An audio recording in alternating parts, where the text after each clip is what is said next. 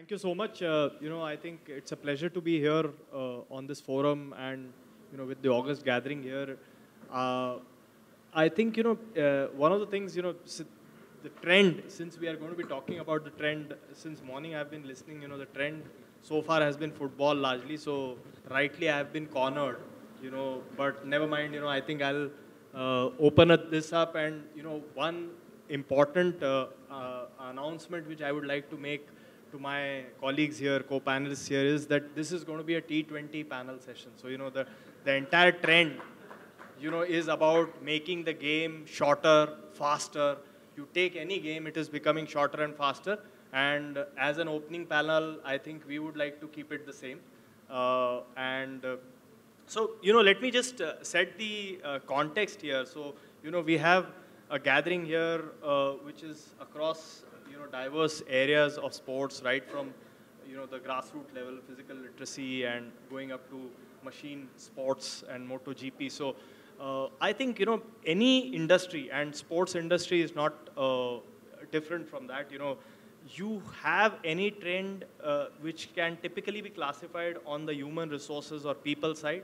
Then there are trends which happen on the process improvement side in any sport, and then you have the third aspect, technology, which is driving everything right now, including sports. So and rightly so, we have the panel to address each of these concerns. I also wanted to bring out this very important point here, that how we would generally look at trend. It's a very interesting this thing, that the spelling of trend itself is time-related end. It's like TRE end. So time-related end to a particular direction, and there is a change which happens. Now, when the inflection point comes, one doesn't know, but it typically ends something which was happening. Again, taking the cue from what was being discussed in football, there's a very interesting book which I came across some time back called Inverting the Pyramid. I think if the audience, if somebody has not read it, I would suggest, that's an excellent book of how sports changes, and typically in football tactics, the pyramid changed from being a defense weak pyramid where, there used to be only two players. So 2-3-5 was the formation earlier, which got reversed in the modern game. So, and that's basically what happens. So now, if you look at the last 25 years in sports, and I am taking that large period because the single important trend which has been going around, and it has impact on various things, whether you talk about fan engagement, whether you talk about data security in sports. Sports Authority of India has created a great database called NSRS that I am aware of, but the data security is still something which we are grappling with. Similarly, we are talking about commercialization of sports properties, and one of the things which people have been hearing about is the NFTs, which are being issued, for sports people and sports properties. So everything which is happening is to capture the attention of the end user or the beneficiary in a shorter and a faster time. So with that context, I would like to start this discussion, and maybe we can start with the sort of bottom of the pyramid, if I were to say so. So I think, this is a question to you, specifically because you are driving this initiative on physical literacy. See, I have been a part of the physical literacy and sports education space for a long time, and I know that, most of the professional organizations which have come up in this space have been trying to do that, but like in all forums, and this one is no exception, you don't have the demand side ever. So when I say demand side, we are talking about people who are running small academies or the institutional owners of schools and universities who are never there in these forums. So how is it that, and that's a trend again, in these forums have those people missing. So it's always the supply side which is talking. So how do you think, your organization is looking at this situation, and what are the initiatives which you are trying to sort of take to promote that? Thank you, Sudhanshu, for this wonderful question, and thank you everyone for being here and listening to us. I would say that I will quote back Dr. Shaji when he said that the body is made in such a way that it is made for movement and not being seated around. So I think the consumer side is every time it's on, it's our the mentality that plays a role where we sit down or not. And the only thing that we are trying to educate is to understand the core differences that the society has got on where sport education have wrongly understood as physical literacy, or how physical education or physical literacy differentiates. So as a society, we need to differentiate between all these terms and need to understand what caters to what, until and unless we want to deliver that particular thing. So physical literacy talks more about from a holistic point of view. And sport education, if I talk in particular with the school education, where he also quoted that school education plays a vital role and a crucial role at the beginning of the stage. So at school education, sport education becomes one of the models of teaching. And beyond that, it has not much role to play. So I want to educate, I need to motivate that child from any angle that he wants to learn it from, be it sport, be it something which is very cognitive in nature. So need to keep that ground open for everybody to explore that opportunity where he can move, he can experience that move. And majorly what happens is they get into a shape where it is movement, but the know and how of that movement is absolutely missing. If I go into the motivational and confidence side of whether I'm able to do that, in a class of 36 students, none of them, each one of us, are different from each other. And how do we conceptualize that one simple concept that we want to teach will lie down to everybody because their needs are different and they want to deliver? Are we able to reach out to that? As a society and as a platform, I think we have made into a status of not about what the child wants, but what I want to teach, and how do I want to teach, and how do I want to deliver. Especially getting into the school education, it's more about delivering your plans, getting it, or what I have completed, the checklist is done, 1, 2, and 3. It's more about checklist. So you start from a journey which is a longer process, is what you have to look at it, and it is a holistic one. So I think, I just wanted to sort of, Ashish, you put it very well, but I want this forum to also understand, in terms of initiatives particularly, what is IPLA trying to do to correct, if I may use that word, this attitude where we are trying to actually drive it based on certain curriculum, etc., without really understanding the need of the child or the need of the actual sports person. So 3 years back, before pandemic, we went to this conference, and I always quote this. So we went to this conference, and there was a poster presentation that one of my colleagues done, and it talks about physical literacy. And he randomly came to me and asked me like, okay, whom do you call a person who is physically literate? And to be very true, the answer is not one, but I asked him like, whom do you call? Because he from a physical education background, I'm from a physical education background. So I asked him, whom do you call a person who is physically educated? So thing came loud down that somebody who is educated and completed his degree. And it is absolutely not about completing a degree.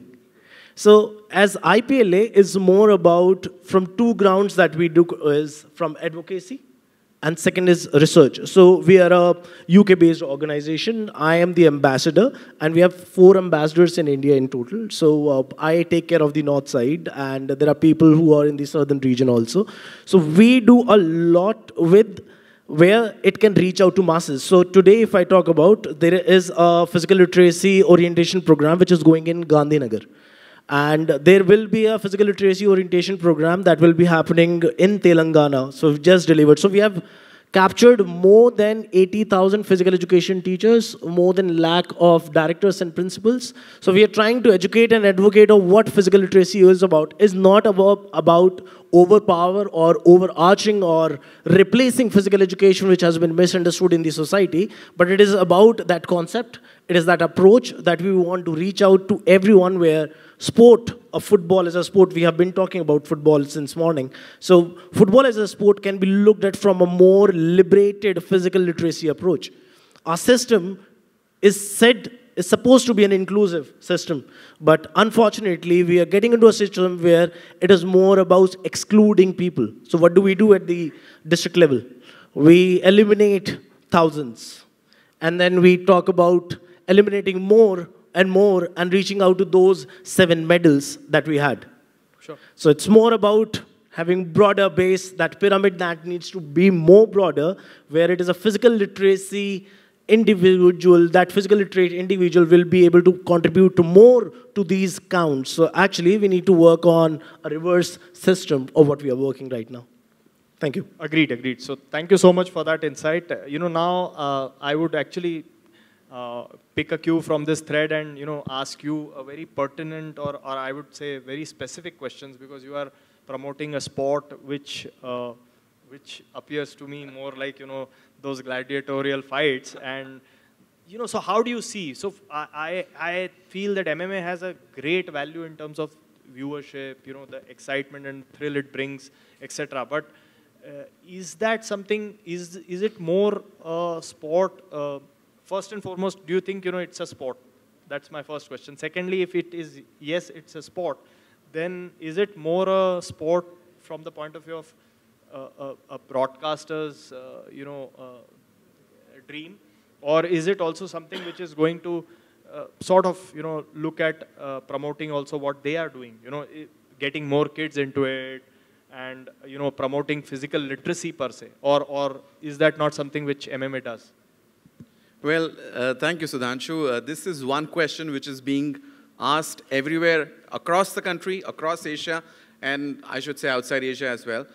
MMA is actually a sport, We call it mixed martial arts. अलग-अलग martial arts की शैलियों को मिला के बना है MMA, and it's truly a blood sport, I remember going back to a conference a couple of years back, and one of our friends from press asked me, is MMA real? And if it's real, what is the difference between WWE and MMA? So this wasn't me, but one of my friends who's very cheeky with conversations, especially with the press, he said, "Meri baat suno aap. WWE is Bonvita. MMA is 60 ml neat."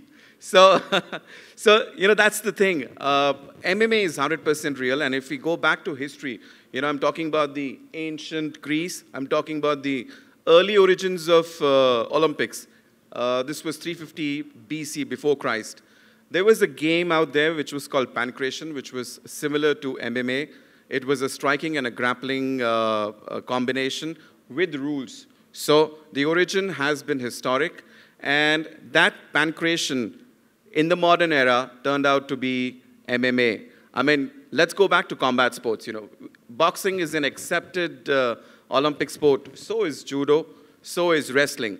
However, when you combine boxing, wrestling, judo, and add more techniques to it, we get MMA. I think the future of MMA is massive, especially because in our country, because of associations, because of a lot of politics. I'm pretty open in discussing these things.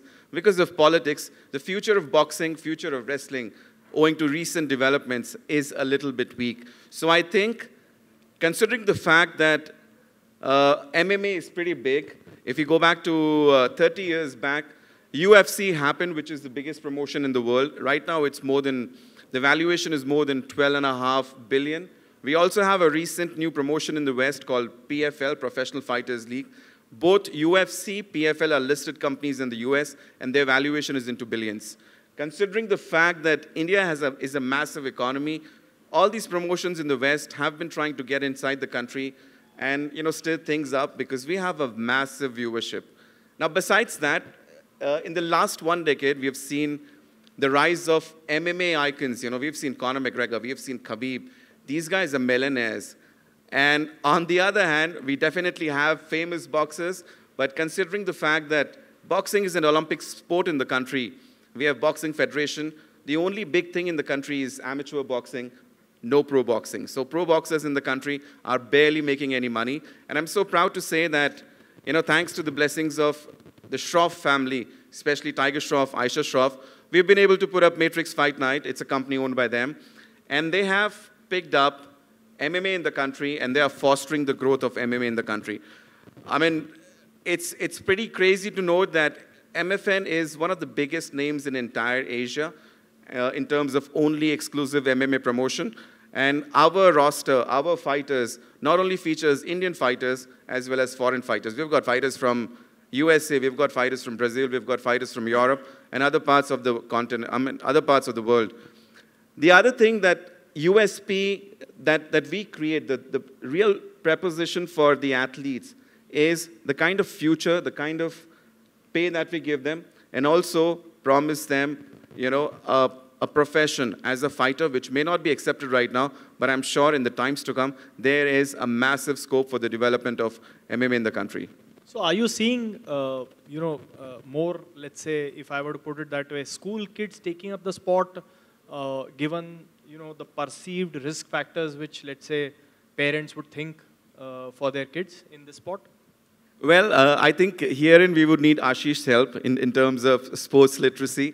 So, whenever there's a sport which is played at the mature level, and if we have to translate the same sport into the masses, I think the strategy has to be different.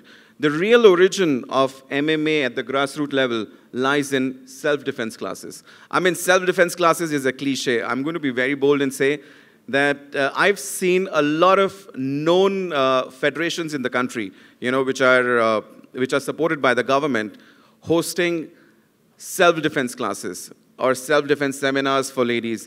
To be honest, as a martial artist, I think it doesn't work.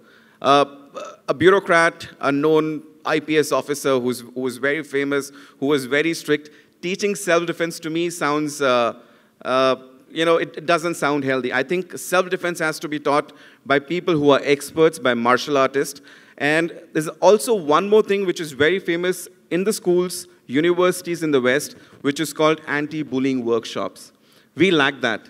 And I think the real motto of promoting MMA at the grassroots level has to be into self-defense, has to be into anti-bullying workshops, and has to be into building confidence, because I think eventually, whatever sport we play, it gives us a lot of sportsmanship and also confidence. So I think the strategy has to change at the grassroots level. And Ashish, I would need your help for that. So just to add on, right?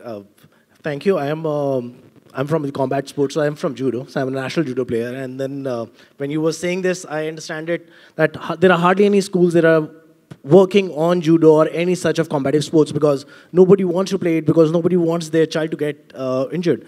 But understand, hockey, football, or any other sport will be as dangerous as when they are not governed by rules. So we need to work out of the right way of educating that particular sport is the key. The second thing that I strongly understand is the essence of that particular sport should not die. So if I just do self-defense, I will not be able to, like, as you said, that it's not the real sport that I wanted to play. So I want to educate him right of what, why, and how I need to use this, and use it as a sport. I will not play football while I'm walking. I'll play it on the pitch. So I'll use it when I'm playing MMA or judo or karate, when I'm in that arena. So that needs to be governed, needs to be understood, and it's not. So the most dangerous, the injury that I had is from hockey and not from judo. So you understand that it is that how you teach and how you govern it is very important. So absolutely, I'm on for it. There are different psychological traits that gives you when you are performing an individual sport versus when you are doing a team sport. It is absolutely different. It is marvelous. Well, yes, Ashish, two things here. Well, first and foremost is recognitions by authorities, especially the schooling boards like CBSE. So my son, who's 3.5, he goes to school, and they have martial art classes. So when I asked the teacher, what martial art, they said karate. No, they said taekwondo. So I said, why not karate? And they were clueless. Similarly, coming in from a martial arts background, I definitely want my son to be to take up a martial arts. So I collected a couple of people in my society and, wanted them to put their kids into martial arts so that it builds confidence, brings in a lot of physical activity, especially with nowadays generation wherein kids enjoy surfing parents' cell phone. That's what my son does. Then I realized that even schools or parents, they don't take interest. They can't differentiate between judo, karate, or maybe taekwondo. For us, it's judo karate. For us, it's judo karate. And I think the second challenge that we have is we need experts to promote and to create awareness about the sport. It's not dangerous. To be honest, it's not dangerous. If you ask me, all sports are dangerous. We see people getting hurt at marathons. We see people losing lives in marathon. And, I think running is the safest sport. So no sport is safe if we don't take care of the precautions. And that's why we definitely need experts. We need awareness at the ground level, and we need more education in terms of promoting underdeveloped sports in the developing economy like India. Thank you, Rahul. Thanks. So I think I agree to your point that, there is a need for a larger advocacy and education. But having said that, the general perception, if I am driving in the car, that is also dangerous. But getting into a brawl on the road is more dangerous. That's the general perception, and that probably, you rightly said that through a strategy and an appropriate advocacy, maybe through forums like IPLA, that could change. So thank you so much. I think, with this, there's another interesting sport, and, Sipten can talk about it. So instead of asking a question, I would actually like him or request him to just explain to the audience, the increasing fandom, if I can call it, of MotoGP in India is a definite trend, and it is important that the forums like these actually understand what is the sport all about, and what is the future of this sport in the country. Thanks, Sudhanshu. Actually, motorsports is a niche sport. It hasn't got as much popularity or as much, it hasn't been talked about in the country, primarily for 2-3 reasons. Cricket has always dominated the sporting landscape of the country. Somebody asked me about more than a decade back, this was quite some time back, which are the top 10 sports in the country?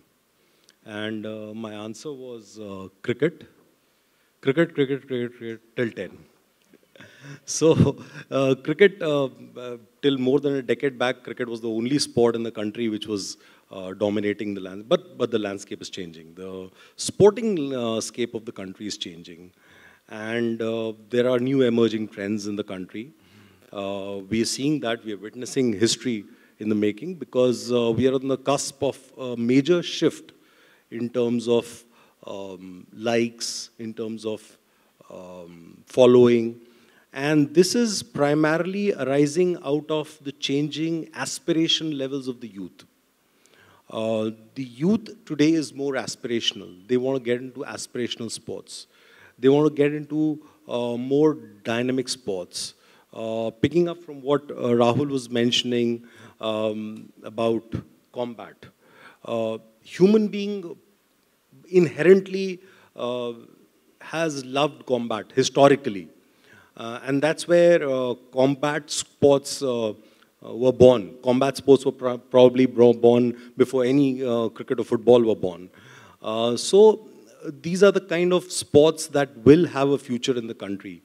MotoGP, what MotoGP brought to India was a glimpse of what motorsports can offer to the audience. It brings thrill, it brings speed. 360 kilometers per hour is mind-blowing. A gentleman here was witness to this year's MotoGP, and I have spoken to thousands of people who witnessed this year's GP, and they were amazed at the kind of speeds that they witnessed. So this is the kind of thrill and adventure and the inherent need of seeing crashes through combat. Again, it's a form of combat only. Crashes and thrill. It's sheer visual ecstasy.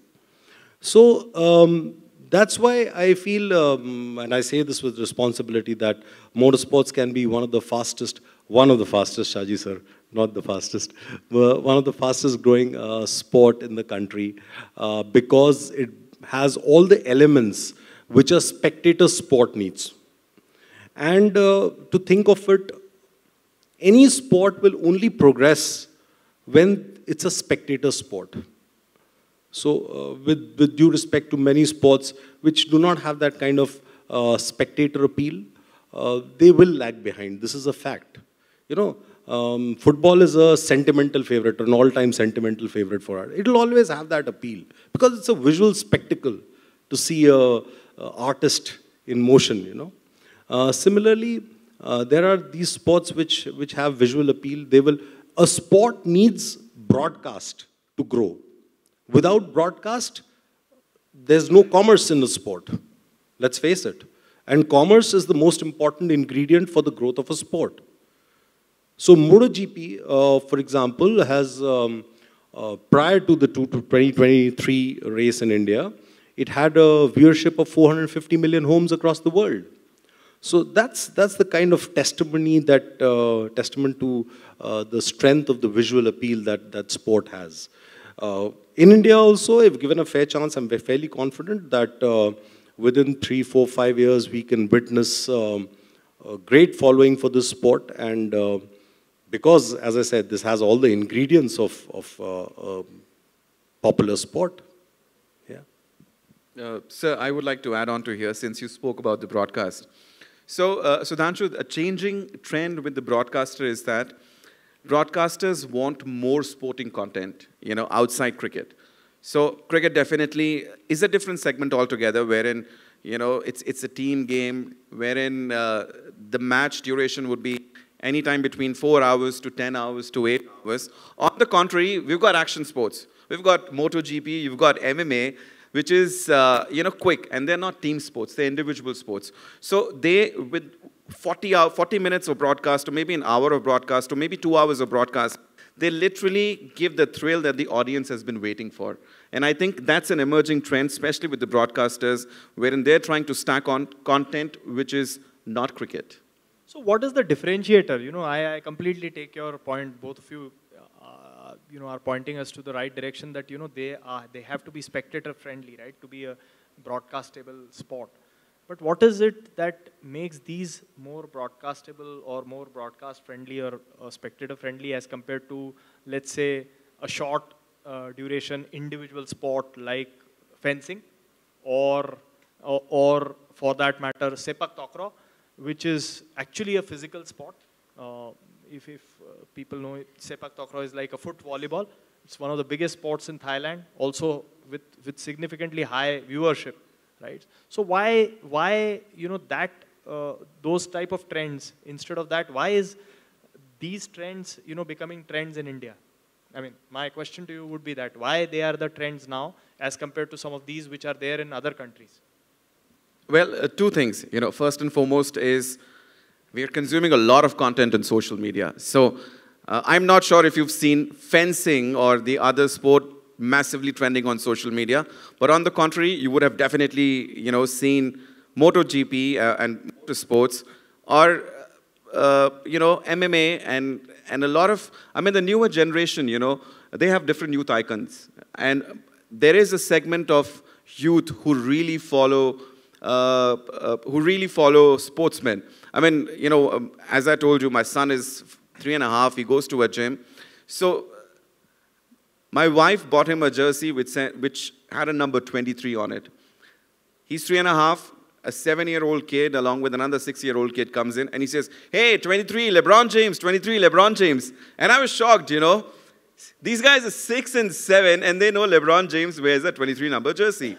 And the other thing, the other segment, the other point is, it's relating with the sport, MMA is more alpha in nature. If somebody has learned martial arts, or if just somebody who wants to pick up a brawl can relate to it. Similarly, I'm going to answer it on your behalf, Biking is something which is another crazy thing. It gives you a lot of adrenaline. I can say so because I'm a biker. I enjoy riding my 650cc, but definitely not going to try MotoGP, but I'm going to watch it for sure. And this is the trend that's coming in. Just adding on to what Rahul was mentioning, it's about creating cult figures in a sport. Any sport to prosper, to thrive in a country, to have a great fan following, needs icons. And local icons for sure. So for example, Sania Mirza, Saina Nehwal, these women, what did they do? They just inspired a generation of young girls to pick up racket sports. What did Vishwanathan Anand do? He inspired a generation of youngsters to pick up chess, and today we have our 16-year-old guys beating Magnus Carlsen. Even 1983 World Cup, that's exactly where cricket transformed in the country. So every sport needs icons. And these are the kind of sports which have the potential to create cult followings. So for example, the UFC champion. Yeah, yeah. For example, Valentino Rossi. For example, Mark Marquez. These are the guys who have that aura and that visual, glamour attached to them to create cults. So again, this is another to your question as to why fencing has not been probably taken up as much as, or consumed as much, is probably, could be one of the differentiators. I think one more thing, Sudhanshu, is, as you said, creating cult figures. I mean, I saw kids talking about CR7. I honestly didn't know what CR7 was until I Googled it. I realized it's Cristiano Ronaldo. Another thing that all of us can relate to is definitely our younger generation has a they have a cult-like following. There is a segment who follow Elvish Yadav, and there is a segment who follows Ankit Banpuri of Ram Ram Sare Bhaiya Ne. And the good thing to tell you is that Ankit has also expressed, by the way, he was present at our last show at MFN 13 in Noida, and he has expressed his transitioning from, wrestling to MMA because he sees a future there. And as you rightly said, these sportsmen are inspiring a generation.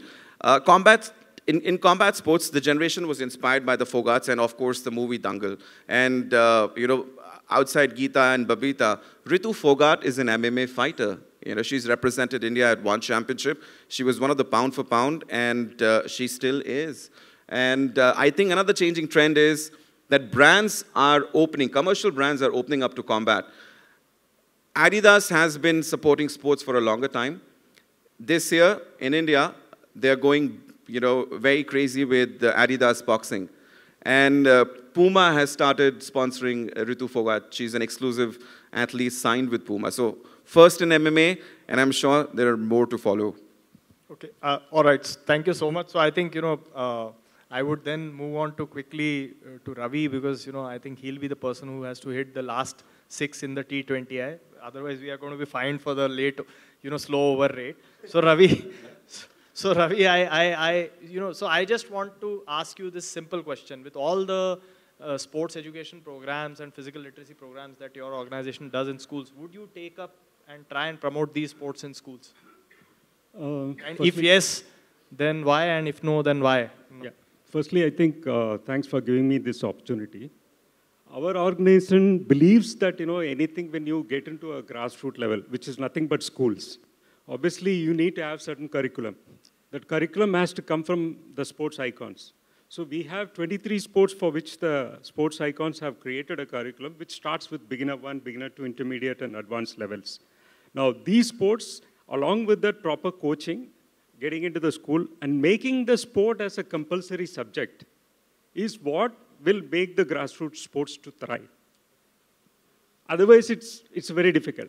Now, coming to this question that what you are asking, some of the sports which we are already teaching, like taekwondo and judo, boxing, all of these are being part of the sports. If genuinely there is a sports which can get into the grassroots level and it has got a lot of skills can be developed and which will essentially lead to certain high performance competitions, we would definitely like to try that sports.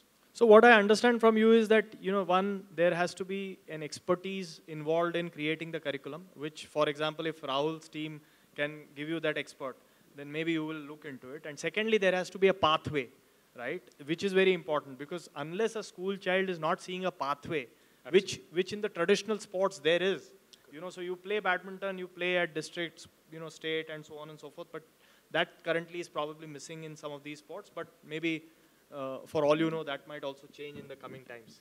Yeah. Okay. Thank you so much, Ravi. Yeah. Thanks.